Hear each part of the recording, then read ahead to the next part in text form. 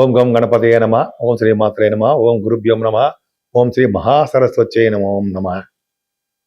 ఇప్పుడు మనం కుజగ్రహం మార్పు అంటే వృషభ రాశి నుంచి మిథున రాశిలోకి మారుతున్నాడు. ఇలా మారడం వల్ల 12 రాశుల మీద 12 రాశుల వారికి ఫలితాలు ఎలా ఉండబోతాయో తెలుసుకుందాం. ముందుగా కుజుడు ఎప్పుడు మారుతున్నాడు? 3వ తారీఖున ఆగస్టు 3 నుంచి ఆయన వృషభ రాశి నుంచి మిథున రాశిలోకి మారుతున్నాడు. ఆయన ఎప్పటి వరకు ఉంటాడు? 17th సెప్టెంబర్ 2026 వరకు ఉంటాడు. అంటే 45 రోజుల పాటు కుజుడు మిథున రాశిలో ఉంటాడు.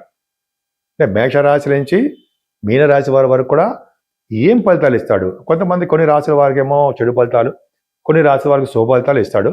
అన్ని రాశుల గురించి తెలుసుకుందామని మనం ఇది ఏ ఒక్క రాశిని వదలద్దు, అన్ని రాశుల వారికి తెలుసుకుందాం. అన్ని రాశుల వారికి తెలుసుకోవాలనిపిస్తుంది కదా, అనుకుంటాం కదా మనం. సరే, కుజుడు వలన మనం తెలుసుకుందామండి. సింహరాశి వారికి లాభస్థానంలో శుక్రుడు ఉన్నాడు. అత్యంత రాజయోగకారకుడు కుజుడు చతుర్థాధిపతి, భాగ్యాధిపతి ఉండి సర్వ శుభాలు కలిగిస్తాడు. మీకు ఫారిన్ కంట్రీస్ తీసుకెళ్తాడు. ఫస్ట్ 4th భావం గురించి మాట్లాడుకుందాం. 4th భావాధిపతి అవ్వడం వల్ల చదువు రీత్యా, అలాగే మీ వ్యాపారాల రీత్యా మీ తల్లి గారిని కూడా తీసుకుని విదేశాలు వెళ్ళిపోతారు. చదువులో ఆటంకాలు లేకుండా వినూతమైన చదువులు వస్తాయి. తల్లిగారికి బాగుంటుంది. పైగా రుణాలు పక్కా పెడదామండి. ముఖ్యంగా చదువు బ్రహ్మాండంగా ఉంటుంది. వాహనాలు, గృహాలు, ఇళ్ళు, అపార్ట్మెంట్స్ ఇవి కొనుక్కోవడానికి అవకాశం ఉంటుంది. భూములు ఉంటాయి ముందర. మంచి ఆభరణ ప్రాప్తి ఉంటుంది. అలాగే మీరు రైతులకి చాలా బాగుండడానికి అవకాశం ఉంటుంది అంటాం కదా. రైతు సోదరులకు కూడా బాగుంటుంది చెప్పచ్చు. మ్యూజిక్ రంగంలో ఉన్న వారికి చాలా బాగుంటుంది. పుత్ర సంతానం కలగడానికి అవకాశాలు మీకు మెండుగా పుత్ర సంతానం కలుగుతారు. పైగా జనాకర్షణ ఎక్కువ. పైగా రాజకీయ రంగంలో పదవులు రావడానికి అవకాశాలు ఉన్నాయి. స్టాక్ మార్కెట్లో కూడా మీకు డబ్బులు వస్తాయి. భాగ్యాధిపతి లాభంలో ఉన్నాడు.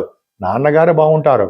ఉన్నతమైన విద్య రీత్యా విదేశాలు వెళ్తున్నారు. మీరు ఇంజనీరింగ్ విద్య రీత్యా, లేకపోతే మీరు కుజుడు ప్రభావం ఉంది కాబట్టి డాక్టర్స్ విద్య రీత్యా విదేశాలు వెళ్తారు.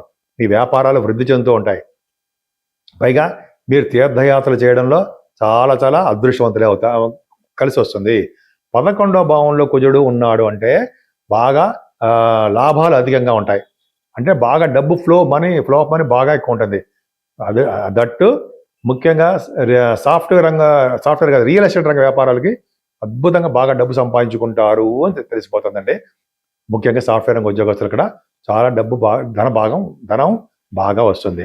పైగా కుజుడు లాభంలో ఉన్నాడంటేనే చక్కగా రాజయోగాన్ని ఇచ్చి తీరుతాడు. లాభాలు అధికంగా ఇస్తాడు. మీ అన్నయ్య గారికి, అక్కయ్య గారికి చాలా బాగుంటుంది అనడంలో ఏమాత్రం సందేహం లేదు. ఫ్లో ఆఫ్ మనీ బాగుండడము, బంధు ప్రీతి ఎక్కువ ఉండడం జరుగుతుంది. ఇప్పటి వరకు మనం గోచారం గురించి తెలుసుకున్నామండి. అసలు గోచారం ప్రభావం అనేది చాలా తక్కువ ఇంపాక్ట్ మన మీద ఉంటుంది. మెయిన్ ఇంపాక్ట్ ఏంటంటే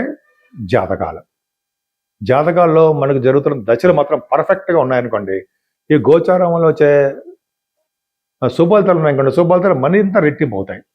చెడు ఫలితాలు ఉన్నాయనుకోండి, కొద్దిగా చెడు ఫలితాలు ఇస్తూ ఉంటాయి. కాబట్టి జాతకాల మీద మెయిన్ ఆధారపడి ఉంటుంది. మనకు జరుగుతున్న దశలు ఏమున్నాయి, ఏ దశలు జరుగుతున్నాయి, ఎలాగా గోచారం ప్రకారం మనం ఎలా ఉంటుంది, మన దశల ప్రకారం ఉద్యోగం వస్తుందా, వ్యాపారంలో డెవలప్ అవుతామా, లేకపోతే సంతానం ఉంటారా, మనకి చాలా ఉంటాయి కదా. అందుకని మన జాతకం కూడా పరిశీలించుకోవాలి. సో మీరు జాతకం పరిశీలించుకోవాలంటే మీ date of birth, time of birth, place of birth ఉండాలండి.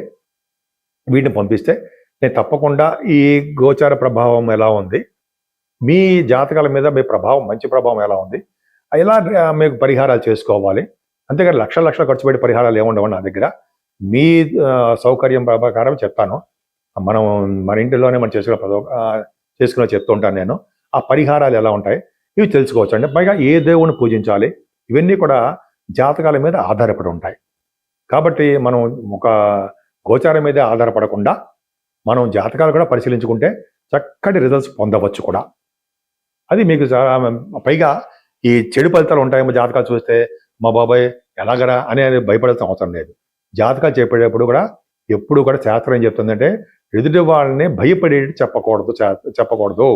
ఏ గ్రహం ఉన్నా సరే ఎదుటి వాళ్ళకి మరణిస్తాడనో, అమ్మ బాబోయ్ భయంకరమనో చెప్పకూడదు.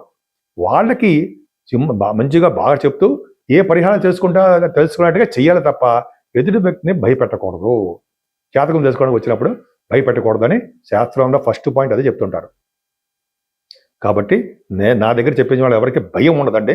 చక్కగా వాళ్ళకి ఎలా డెవలప్ అవ్వాలో అని చెప్తూ ఉంటాను. సరే, ఈ పక్కన జాతకాలు పక్కా పెడదాం. అసలు మనం ఏ పరిహారాలు గోచార ప్రకారం ఉన్నాం, అప్పుడు చెప్పుకున్నాం కదా కుజుల గురించి. ఏ పరిహారాలు తీసుకుంటే బాగుంటుంది తెలుసుకుందాం.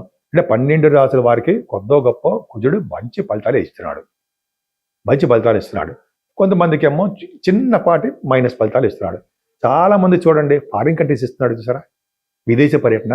అక్కడ మనం బాగుండాలంటే విదేశాల్లో మనం వెళ్తే మనకి పరిస్థితులు ఎలా ఉన్నాయి అది మనం తెలుసుకుందాం.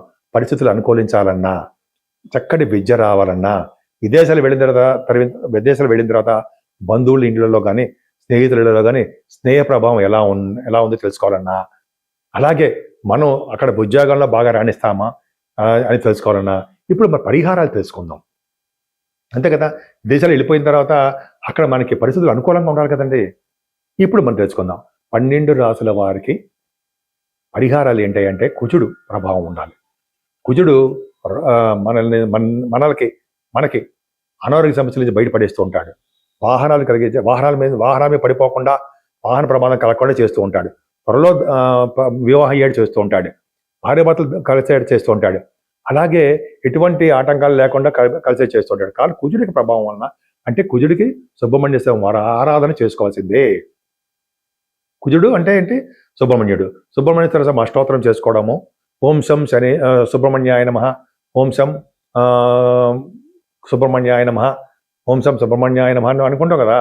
కుజుడి స్తోత్రం అది చేసుకున్న, కుజుడికి అష్టోత్తరం చేసుకున్న కుజ ప్రభావం చాలా తగ్గుతుందండి. ముఖ్యంగా యాక్సిడెంట్స్ కాకుండా కాపాడేవాడు సుబ్రహ్మణ్యుడే. ఆయన అంటే మనకి పాముల యొక్క ఎఫెక్ట్ లేకుండా కాపాడేవాడు సుబ్రహ్మణ్యుడే. కాబట్టి సుబ్రహ్మణ్యేశ్వర ఆరాధన, ఇంట్లోనే అష్టోత్తరాలు, సుబ్రహ్మణ్యేశ్వర స్వామి వారిని పూజించడము, ఆరాధించడము.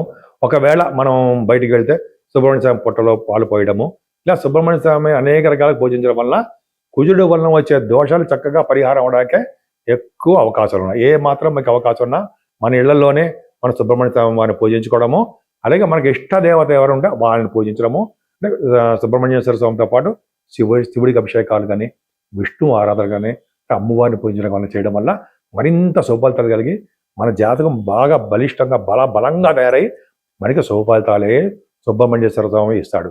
సో సుబ్రహ్మణ్య స్వామి వారి యొక్క మంచి ఆశీస్సులు, ఆయన యొక్క మంచి దృష్టి, ఆయన యొక్క శుభ ఫలితాలు సుబ్రహ్మణ్య స్వామి మీకు అనుకూలంగా మీకు ఉండాలని, మీ ఇంటి మీద, మీ పరివారం మీద ఆయన శుభదృష్టి పడి ఆయన కుజుడు మంచి చేయాలని, శుభ ఫలితాలు ఇవ్వాలని, మీ కుటుంబ సభ్యులకి అందరికీ కూడా బాగుండాలని, అంటే అందరికీ బాగుండి మీకు మంచి యోగవంతంగా ఉండాలని, మంచి యోగంగా ఉండి మంచి అత్యున్నతమైన స్థాయిలో ఉంటారని సుబ్రహ్మణ్య స్వామి వారి యొక్క ఆశీస్సులు మీ మీద ఎప్పుడు ఉంటాయని కోరుకుంటూ సెలవు తీసుకుంటున్నాను.